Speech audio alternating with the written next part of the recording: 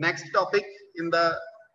chapter number 16, normal and separable extensions. The third one topic is multiple roots. Already we are aware of the multiple roots. Multiple roots ਉਹ ਹੁੰਦੇ ਆ polynomial ਦੇ ਜਦੋਂ ਅਸੀਂ ਕਹੀਏ ਕਿ ਕੋਈ ਫੈਕਟਰ ਜਿਹੜਾ ਹੈ ਸਪੋਜ਼ ਜੇ ਅਲਫਾ ਦੀ ਅਸੀਂ ਗੱਲ ਕਰ ਰਹੇ ਹਾਂ ਅਲਫਾ ਮਲਟੀਪਲ ਰੂਟ ਹੈ ਤਾਂ ਅਲਫਾ ਦੇ ਕੋਰਸਪੋਂਡਿੰਗ ਜਿਹੜਾ ਫੈਕਟਰ ਆਵੇ ਪੋਲੀਨੋਮੀਅਲ ਚ ਉਹ ਘੱਟੋ ਘੱਟ ਡਿਗਰੀ 2 ਦਾ ਆਵੇ then alpha is said to be a multiple ਤਾਂ it means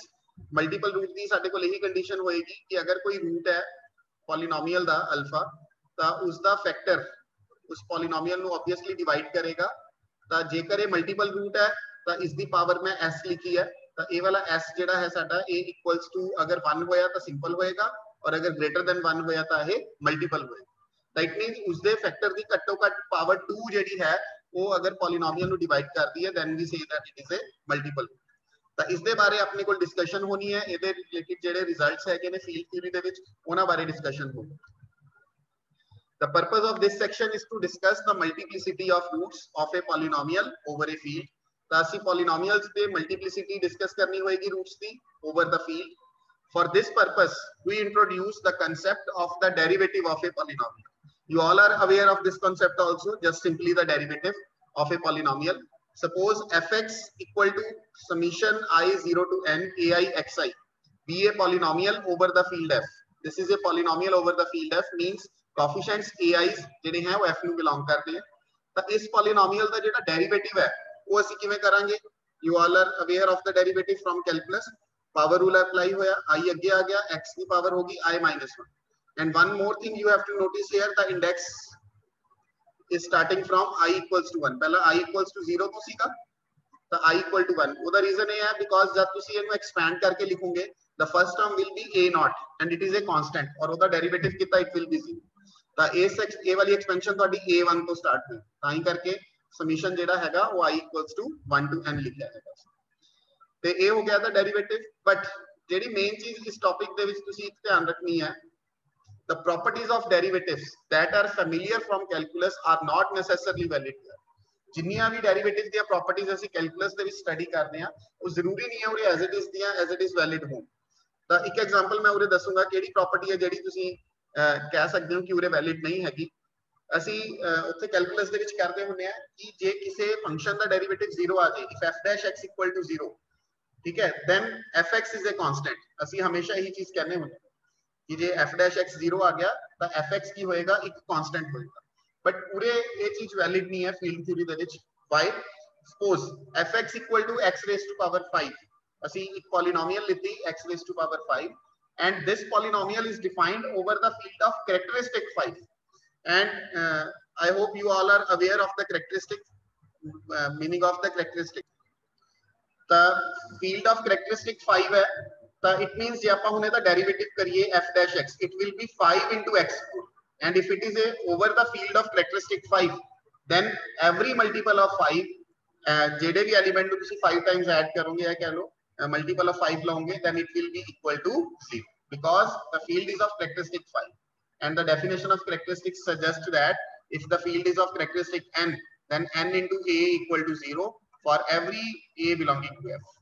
ਤਾਂ ਜੇ field ਦੀ characteristic 5 ਹੋਏਗੀ ਤਾਂ ਕੋਈ ਵੀ ਅਗਰ ਤੁਸੀਂ n ਹੋਏਗੀ ਤਾਂ ਕੋਈ ਵੀ ਮਲਟੀਪਲ ਤੁਸੀਂ n ਦਾ ਲਓਗੇ ਤਾਂ ਆਨਸਰ 0 ਆਏਗਾ ਤੇ characteristic 5 ਹੈ ਤਾਂ 5 ਦਾ ਮਲਟੀਪਲ ਬਣ ਚੁੱਕਿਆ that's why it is 0 ਤਾਂ ਤੁਸੀਂ ਦੇਖ ਸਕਦੇ ਹੋ ਕਿ ਜਿਹੜਾ ਡੈਰੀਵੇਟਿਵ ਹੈ ਉਹ ਆਪਣਾ 0 ਹੈ ਬਟ ਇਹ ਡੈਰੀਵੇਟਿਵ ਜਿਹੜੇ ਫੰਕਸ਼ਨ ਦਾ ਬਣਾਇਆ ਸੀ ਉਹ ਕਾਂਸਟੈਂਟ ਨਹੀਂ ਹੈ ਜਦਕਿ ਕੈਲਕੂਲਸ ਦੇ ਵਿੱਚ ਇਹ ਜ਼ਰੂਰੀ ਹੁੰਦਾ ਕਿ ਜੇ ਡੈਰੀਵੇਟਿਵ 0 ਆ ਜਾਏ ਤਾਂ ਫੰਕਸ਼ਨ ਕਾਂਸਟੈਂਟ ਹੋਏਗਾ ਤਾਂ ਹੀ ਕਰਕੇ ਉਹ ਕਹਿ ਰਿਹਾ ਕਿ ਸਾਰੀਆਂ ਪ੍ਰੋਪਰਟੀਆਂ ਜਿਹੜੀਆਂ ਹੈ ਡੈਰੀਵੇਟਿਵਸ ਦੀਆਂ ਜਿਹੜੀਆਂ ਅਸੀਂ ਕੈਲਕੂਲਸ ਦੇ ਵਿੱਚ ਸਟੱਡੀ ਕਰਦੇ ਹਾਂ ਉਹ ਨੈਸੈਸਰਲੀ ਵੈਲਿਡ ਉਰੇ ਨਹੀਂ ਹੋਣਗੀਆਂ ਬਟ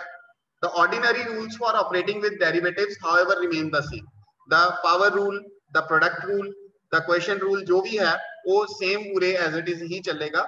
ਜੋ ਆਪਾਂ ਡੈਰੀਵੇਟਿਵ ਦੇ ਵਿੱਚ ਕਰਦੇ ਹੁੰਦੇ ਹਾਂ ਕੈਲਕੂਲਸ ਦੇ ਵਿੱਚ ਬਟ ਇਹ ਇੱਕ ਪ੍ਰੋਪਰਟੀ ਜਿਹੜੀ ਹੈ ਜਿਸ ਦਾ ਡਿਫਰੈਂਸ ਹੈਗਾ ਉਹ ਮੈਂ ਉਹਨੇ ਤੁਹਾਨੂੰ ਐਗਜ਼ਾਮਪਲ ਦੇ ਦਿੱਤੀ ਹੋ ਸਕਦਾ ਕਿਸੇ ਹੋਰ ਪ੍ਰੋਪਰਟੀਜ਼ 'ਚ ਵੀ ਡਿਫਰੈਂਸ ਹੋਵੇ but we have to mainly use the characteristic in this topic so I am discussing it here so operations ਜਿਹੜੇ ਹੈ ਡੈਰੀਵੇਟਿਵ ਸੋਲਵ ਕਰਨ ਦਾ ਜਿਹੜਾ ਮੈਥਡ ਹੈ ਉਹ ਸੇਮ ਰਹੂਗਾ ਬਟ ਪ੍ਰੋਪਰਟੀ ਵਾਈਜ਼ ਥੋੜਾ ਜਿਹਾ ਡਿਫਰੈਂਸ ਇਹਨਾਂ ਵਿੱਚ ਹੋ ਸਕਦਾ ਹੈ so now the definition of the multiple root which I have told you earlier let k is the splitting field of the polynomial ठीक है स्प्लिटिंग फील्ड ਤਾਂ ਅਸੀਂ ਕੰਸੀਡਰ ਕਰਾਂਗੇ हम सारे ਕੀਤੇ क्योंकि इस फील्ड बारे श्योर ਹੁੰਦਾ है it must contain all the roots of the polynomial so everywhere we should take the splitting field let k is a splitting field of a polynomial fx belonging to capital Fx let alpha is a root of fx then x minus alpha divides fx then obviously if alpha is a root then the factor of alpha that means x minus alpha must divide fx now we have to find how much power of x minus alpha divides it. If x minus alpha raised to power s is the highest power of x minus alpha, that divides fx in kx. और जे साडे कोल s एदी highest power है, JD इस नु divide JD fx नु divide कर दी है. Then this power s is called the multiplicity of alpha.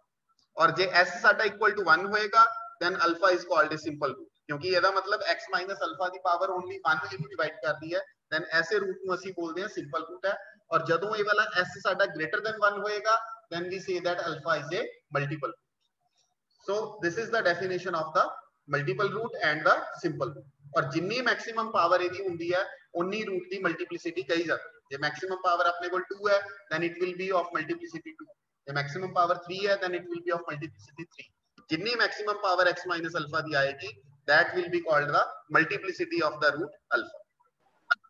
So now moving on to the results of this topic.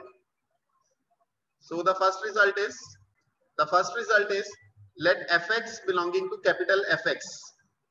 is a polynomial of degree greater than or equal to 1 with alpha as a root. Fx एक polynomial है अपने को degree greater than 1 ਦੇ ਲਈ और alpha इस polynomial ਦਾ root है ਤੇ ਅਸੀਂ ਹੁਣ ਇਹ ਦੇਖਣਾ ਹੈ ਕਿ ਇਹ ਅਗਰ ਇਸ ਦਾ root ਹੈ ਤਾਂ ਇਹ multiple root ਕਦੋਂ ਬਣੇਗਾ then alpha is a multiple root if and only if f dash alpha equal to 0 ਤਾਂ ਇਹ ਇਸ polynomial ਦਾ multiple root ਤਾਂ ਹੋਏਗਾ ਜੇ alpha ਦੇ ਉੱਪਰ ਡੈਰੀਵੇਟਿਵ ਦੀ ਵੈਲਿਊ ਵੀ ਕੀ ਆਏਗੀ ਸਾਡੇ ਕੋਲ 0 ਆਏਗੀ ਜੇ alpha ਦੇ ਉੱਪਰ ਵੀ ਵੈਲਿਊ 0 ਆ ਰਹੀ ਹੈ derivative the then it will be known as the multiple f ਦੀ ਤਾਂ ਵੈਲਿਊ ਹੈ ਹੀ ਕੀ ਹੈ 0 on alpha ਕਿਉਂਕਿ alpha is a root of fx ਤੇ ਜੇ ਡੈਰੀਵੇਟਿਵ ਦੀ ਵੈਲਿਊ ਵੀ 0 ਆ ਗਈ ਆਪਣੇ ਕੋਲ ਜੇ ਡੈਰੀਵੇਟਿਵ ਦੀ ਵੈਲਿਊ ਵੀ 0 ਆ ਗਈ then it will be known as the multiple root so इसको prove करना हैगा because alpha is a root of fx then by the division algorithm we can write क्योंकि जे x alpha is the root है तो x minus alpha इनु divide करेगा fx नु so there exists gx such that fx equal to x minus alpha into gx now taking derivative on both sides so in the right hand side you can observe you have x minus alpha into gx so we have to apply the product rule so firstly x minus alpha as it is gx का derivative हो गया g dash x ਤੇ gx as it is x minus alpha the derivative 1 ਹੋ ਗਿਆ ਤੇ ਅਗਰ ਆਪਾਂ ਇਸ ਦੇ ਵਿੱਚ x ਨੂੰ ਰਿਪਲੇਸ ਕਰ ਦਈਏ alpha ਦੇ ਨਾਲ then you must have f dash alpha equal to g alpha ਠੀਕ ਹੈ ਕਿਉਂਕਿ ਇਹ ਵਾਲੀ ਟਰਮ ਤੁਹਾਡੀ 0 ਹੋ ਜਾਣੀ ਹੈ x ਨੂੰ ਜੇ alpha ਨਾਲ ਰਿਪਲੇਸ ਕਰਤਾ only you will remain with g alpha so ਹੁਣ ਆਪਣਾ ਜਿਹੜੀ ਥਿਉਰਮ ਦਾ ਪ੍ਰੂਫ ਹੈ ਉਹ ਸਟਾਰਟ ਕਰਦੇ ਹਾਂ ਇਹ ਆਪਾਂ ਨੇ ਡਿਰਾਈਵ ਕਰਕੇ ਰੱਖ ਲਈ ਕੰਡੀਸ਼ਨ 1 ਹੁਣ ਜਿਹੜੀਆਂ ਕੰਡੀਸ਼ਨਸ ਹੈ ਉਹ ਅਪਲਾਈ ਕਰਦੇ ਹਾਂ firstly let alpha is a multiple root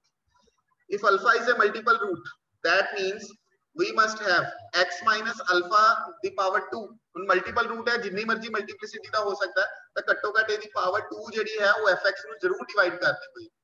ਤਾਂ ਹੁਣ ਇਸ ਸਟੈਪ ਨੂੰ ਆਬਜ਼ਰਵ ਕਰੋ ਧਿਆਨ ਨਾਲ ਅਸੀਂ ਕਹਿ ਰਹੇ ਹਾਂ ਕਿ x minus alpha ਦੀ ਪਾਵਰ 2 ਇਹਨੂੰ ਘੱਟੋ ਘੱਟ ਡਿਵਾਈਡ ਕਰਦੀ ਹੈ ਤਾਂ ਇਹਦਾ ਮਤਲਬ ਪੂਰੇ ਘੱਟੋ ਘੱਟ x minus alpha ਦਾ ਸਕੁਅਰ ਤਾਂ ਆਣਾ ਹੀ ਚਾਹੀਦਾ ਬਟ ਅਸੀਂ ਉਰੇ x minus alpha ਦੀ ਪਾਵਰ ਓਨਲੀ 1 ਲਿਖੀ ਹੋਈ ਹੈ ਤਾਂ ਇਹਦਾ ਮਤਲਬ ਜੇ ਇੱਕ ਪਾਵਰ ਉਰੇ ਹੈ ਤਾਂ ਇੱਕ ਪਾਵਰ ਇਹਦਾ ਮਤਲਬ x minus alpha ਦੀ ਕਿਹਦੇ ਵਿੱਚ ਹੈਗੀ ਹੈ gx ਦੇ ਵਿੱਚ ਹੈਗੀ ਹੈ ਤਾਂ ਇਹਦਾ ਮਤਲਬ x minus alpha gx ਦਾ ਇੱਕ ਫੈਕਟਰ ਹੈ ਤਾਂ ਇਸ ਇਹਦਾ ਮਤਲਬ ਕੀ ਹੋਇਆ ਫਿਰ ਜੇ x minus alpha gx ਦਾ ਇੱਕ ਫੈਕਟਰ ਹੈ ਤਾਂ g of alpha equals to ਕੀ ਹੋਏਗਾ ਸਾਡਾ 0 ਹੋਏਗਾ ਔਰ g alpha equal to 0 ਹੋਣ ਦਾ ਮਤਲਬ from 1 you can see if g alpha is 0 that means your f dash alpha is 0 now conversely ਅਸੀਂ ਲੈ ਕੇ ਚੱਲਾਂਗੇ ਕਿ f dash alpha 0 ਹੈ and we have to prove alpha is a multiple root ਜੇ f dash alpha 0 ਹੈ ਤਾਂ that means g alpha ਵੀ 0 ਹੋ ਗਿਆ using 1 और g alpha 0 हो गया then ਉਸੇ ਤਰ੍ਹਾਂ ਹੀ ਫੇਰ ਕਵਾਂਗੇ g alpha ਦੇ ਵਿੱਚ ਇੱਕ ਫੈਕਟਰ ਹੈਗਾ ਜੀ x minus alpha ਤਾਂ it means ਪੂਰੇ ਕਿੰਨੀ ਪਾਵਰ ਹੋ ਜਾਏਗੀ ਘੱਟੋ ਘੱਟ 2 ਪਾਵਰ ਹੋ ਜਾਏਗੀ hence alpha is a multiple root of fx the next result is the corollary to the previous theorem let fx is an irreducible polynomial over f in the last question we have fx is any polynomial but here we have particularly fx a irreducible polynomial the irreducible polynomial ਦੇ ਲਈ fx has a multiple root if and only if f dash x equal to 0. The difference between the results of the previous theorem and this corollary is that there we have said that in the previous theorem that कि जेड़ा multiple root होएगा ओदे ऊपर f dash x 0 आएगा, सिर्फ उस particular alpha दे ਲਈ derivative दी value 0 आएगी।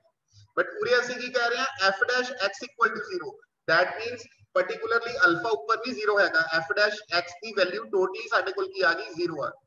अल्फा ਨੂੰ ਪੁੱਟ ਕਰਨ ਦੀ ਵੀ ਲੋੜ ਨਹੀਂ, f dash x ਸਾਡਾ 0 ਦੇ ਬਰਾਬਰ ਹੀ ਹੋ ਜਾਏਗਾ ਅਗਰ fx ਦਾ ਮਲਟੀਪਲ रूट ਹੋਇਆ, when fx is a irreducible polynomial. In the previous question we are saying that particularly at alpha f dash x is 0, but now we are saying that f dash x is generally equal to 0, कि हमेशा ਇਹਦੀ value फिर 0 ही होएगी जे fx ਦਾ ਇਹ multiple root ਹੋਇਆ।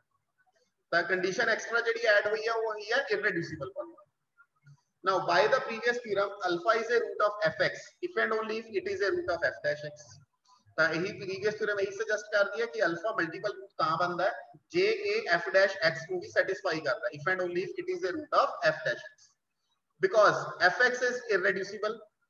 fx ਜਿਹੜਾ given ਹੈ ਸਾਨੂੰ irreducible ਹੈ, ਤਾਂ ਹੋ ਸਕਦਾ ਹੈ irreducible ਹੈ ਉਹਦੇ ਵਿੱਚ highest degree ਦਾ ਕੋਈ coefficient ਹੋਵੇ, ਤਾਂ ਅਸੀਂ highest degree ਦੇ coefficient ਨਾਲ ਇਹਨੂੰ divide ਕਰਵਾ ਦਿੱਤਾ a inverse fx, तो ਇਹਦਾ मतलब हाईएस्ट डिग्री ਦਾ कोएफिशिएंट ਹੁਣ 1 बन गया. Now you can say it is a minimal polynomial